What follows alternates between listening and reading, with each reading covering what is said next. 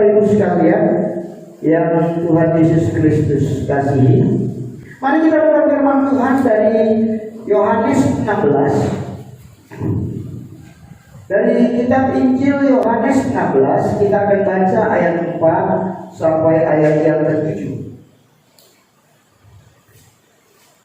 Yohanes 16, kita akan baca ayat 4 sampai ayat yang ke-7. Demikian firman Tuhan, pekerjaan penghibur. Tetapi semuanya ini kukatakan kepadamu, supaya apabila datang saatnya kamu ingat bahwa aku telah mengatakannya kepadamu.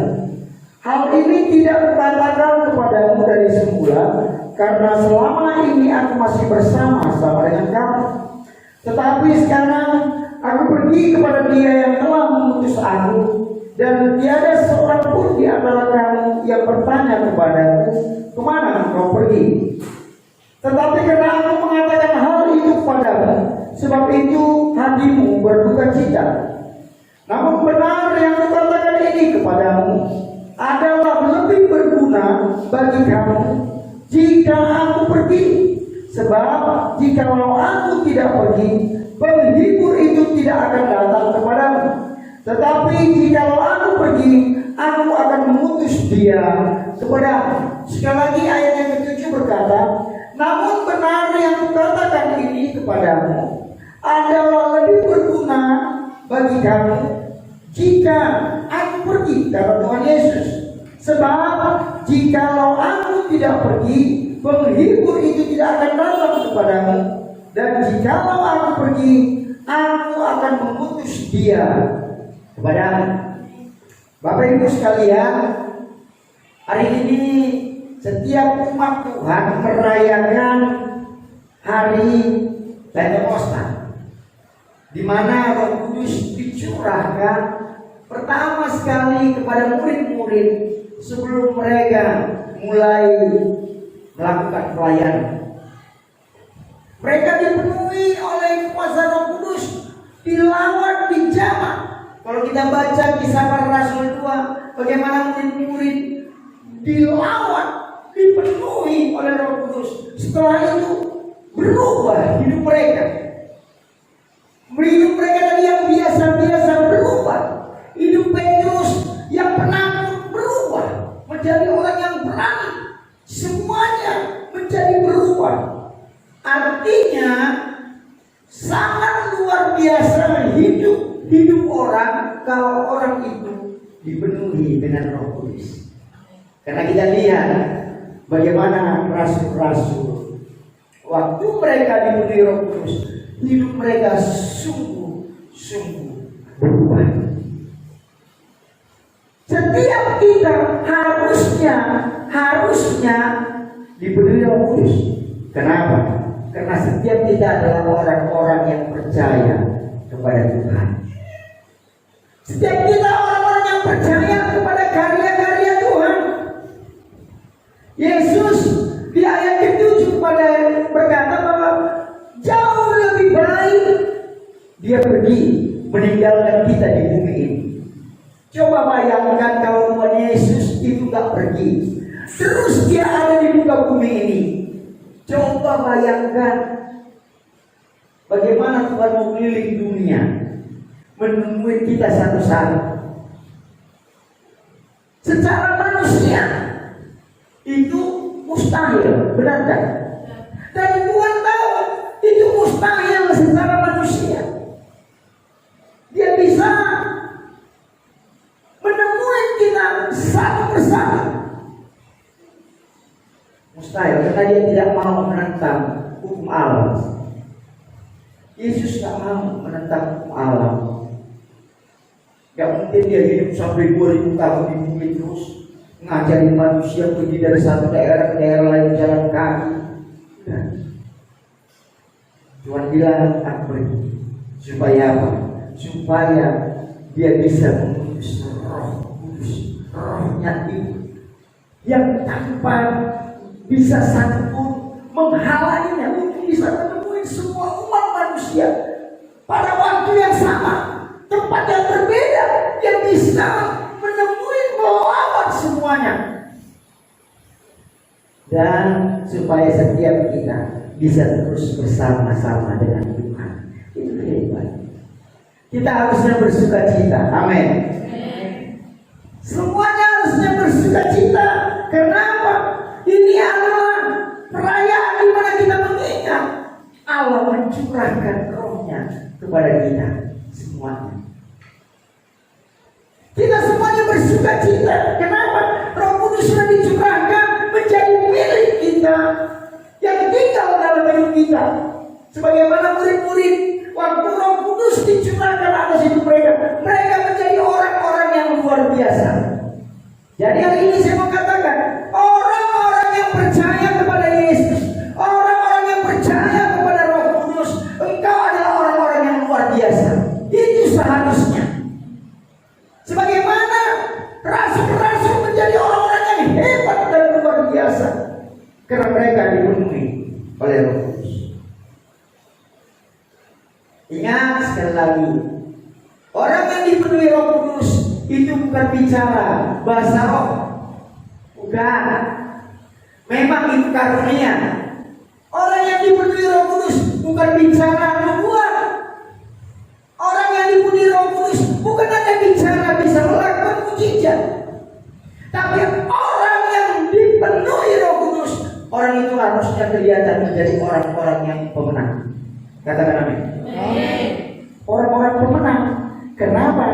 Karena hidup kita ada Tuhan di dalamnya. Saya mau bilang sekali lagi, kita tidak pernah dirancangkan, didesain oleh Tuhan untuk menjadi orang-orang yang kalah.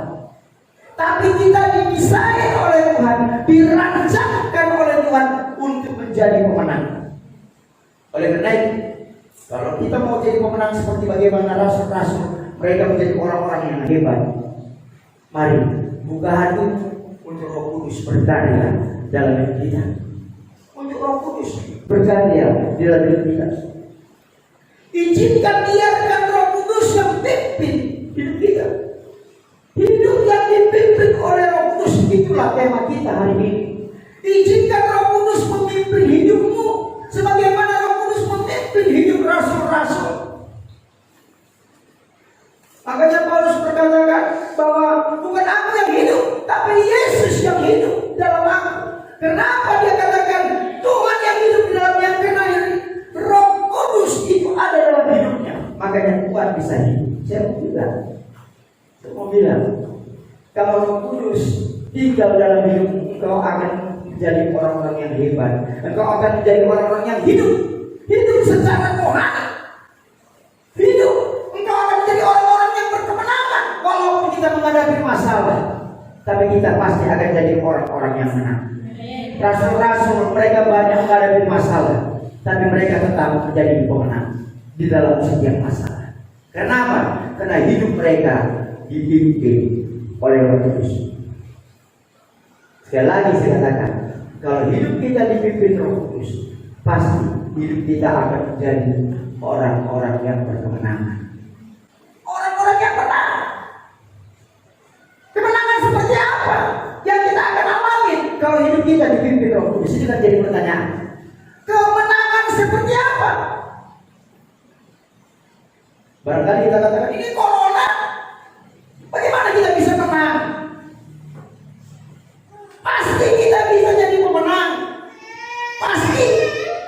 Yang penting hidup kita mau dipimpin Roh Kudus. Mari kita sama-sama belajar hari ini. Hidup yang dipimpin Roh Kudus itu yang bagaimana orangnya? Mengalami kemenangan yang bagaimana yang akan kita alami? Ayo kita sama-sama koreksi. Hidup kita ini sudah dipimpin Roh Kudus apa belum? Dari belajar firman Tuhan hari ini sama-sama. Kemenangan yang bagaimana? Mari kita buka satu firman Tuhan. 1 Yohanes 3, kita baca ayat 6 sampai 9. 1 Yohanes 3 ayat 6 sampai 9. Ada yang bisa baca untuk kita hari ini? Suara kencang, pelan dan kencang. Karena itu setiap orang yang tetap berada di dalam Dia tidak berbuat dosa lagi. Setiap orang yang tetap berbuat dosa tidak melihat dan tidak mengenal Dia. Anak-anakku, janganlah membiarkan seorang pun menyesatkan kamu. Barang siapa yang berbuat kebenaran adalah benar, sama seperti Kristus adalah benar.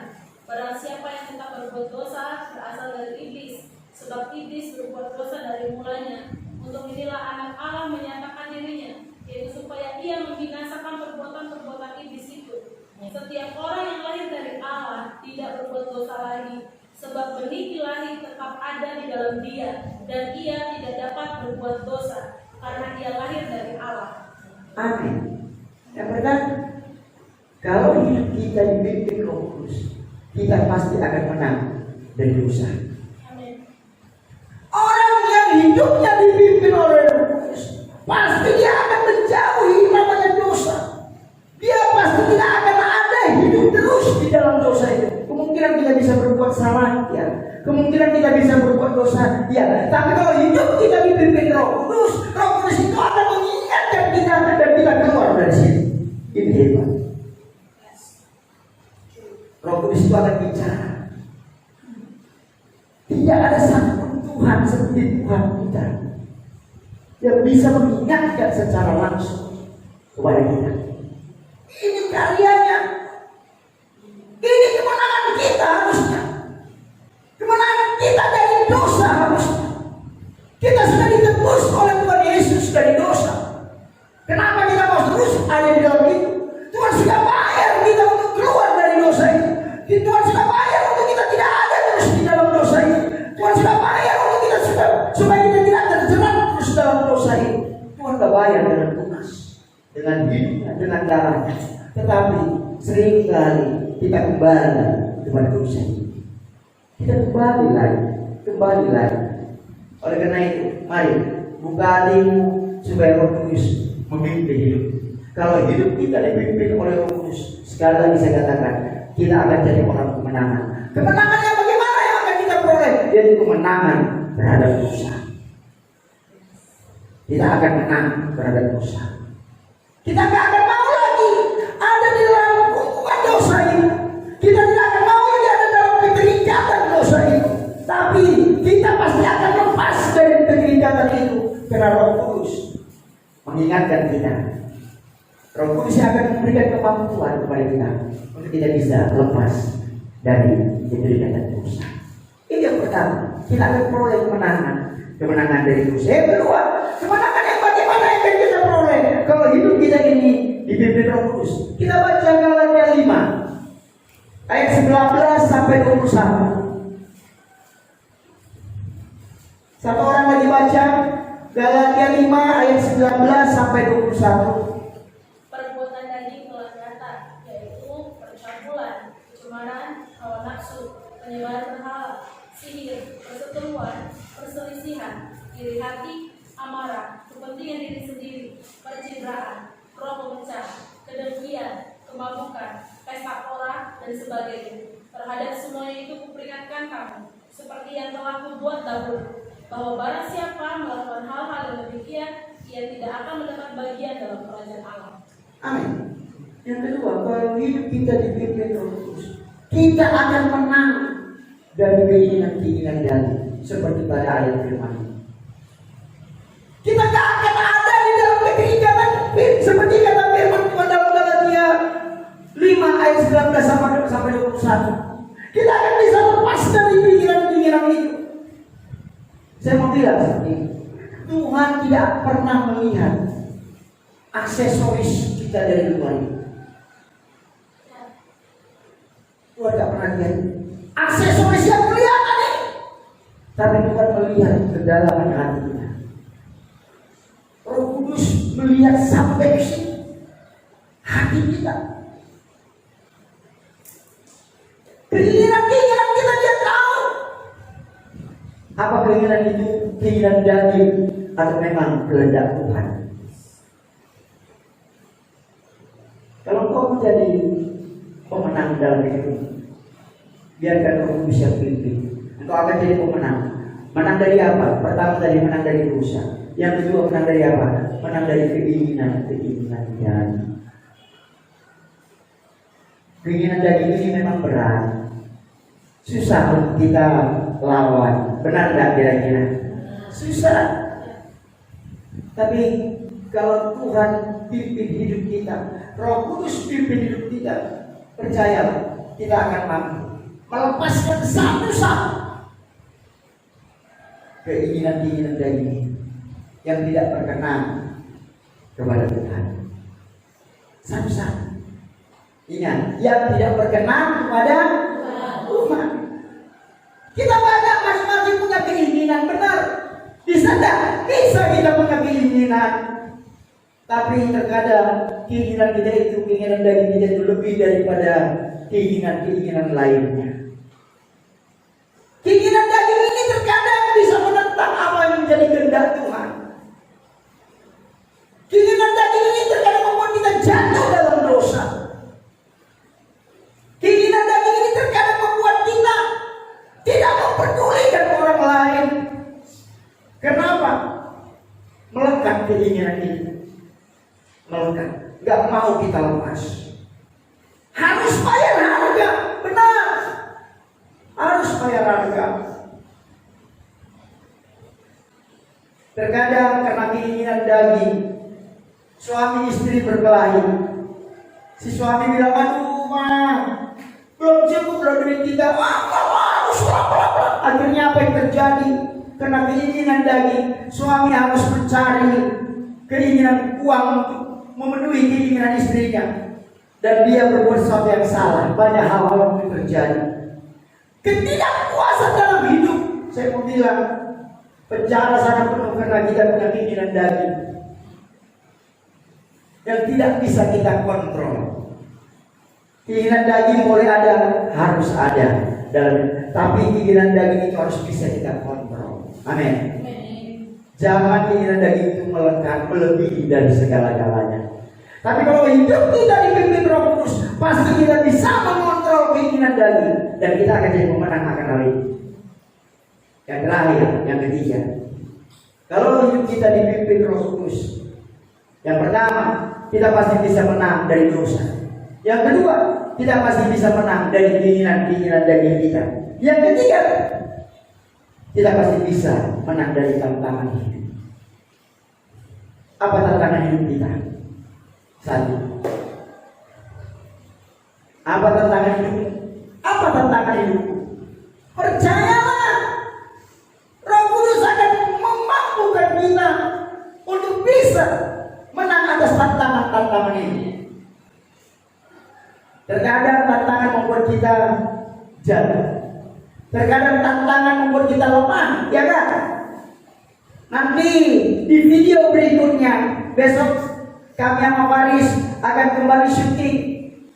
Saya akan berikan tema khotbah berikutnya, yaitu menang atas tantangan, atau kita bisa membuat tantangan itu menjadi peluang untuk kita memperoleh sesuatu yang hebat. Tantangan yang kita hadapi itu akan membuka peluang untuk kita bisa memperoleh sesuatu yang luar biasa. Karena banyak orang-orang sekarang lari takut menghadapi tantangan, benar kan? Padahal tahu nggak saudara, terkadang di tengah-tengah tantangan itu ada berkat yang besar, ada sesuatu yang hebat. Berjuang. Gereja kita menghadapi tantangan nggak saat ini? Ya, bukan gereja kita saja, tapi gereja seluruh dunia sedang menghadapi tantangan. Banyak sekarang gereja-gereja mengeluh karena sedang ada ibadah, ada tantangannya. Tapi saya mau bilang, ada sesuatu yang Tuhan sedang siapkan di tengah-tengah tantangan yang sedang dihadapi oleh gereja. Ada sesuatu yang luar biasa yang Tuhan sedang siapkan di tengah-tengah tantangan yang dihadapi oleh bangsa ini, yang dihadapi oleh dunia ini. Corona bisa melanda, tapi ingat, percayalah, ada sesuatu yang sedang Tuhan siapkan. Skenario Tuhan itu hebat. Hebat ada. Tapi itu bisa terjadi dalam hidup kita kalau kita berani menghadapi tantangan itu. Dan kita akan mampu menghadapi itu kalau Roh Kudus yang pimpin hidup kita. Amin. Hari ini kita merayakan pencurahan Roh Kudus. Izinkanlah bagi kita semuanya, saudara-saudara yang mendengarkan siaran ini, yang mendengarkan khotbah ini, izinkan hidup saudara dipimpin oleh Roh Kudus. Katakan, Roh Kudus, ini hidupku, pimpin hidupku untuk aku bisa menjadi pemenang menghadapi hidup dan kehidupan ini. Percayalah, mujizat Allah sedang disiapkan bagi setiap orang-orang yang mau hidupnya dipimpin Roh Kudus. Kalau saudara menghadapi mujizat yang besar, siapkan hidupmu dipimpin oleh Roh Kudus. Siapkan hidupmu untuk dibawa ke dalam satu dimensi yang berbeda oleh Roh Kudus. Siapkan. Sebagaimana rasul-rasul waktu mereka duduk berdoa menanti-nantikan apa yang akan Tuhan kerjakan. Pernah tak mereka membayangkan mereka akan mengalami lawatan Allah di loteng rumah pada saat itu 2000 tahun yang lalu? Tidak pernah. Pernah tak Petrus membayangkan bahwa satu kali berkhotbah dia 3.000 orang bertobat? Tidak pernah.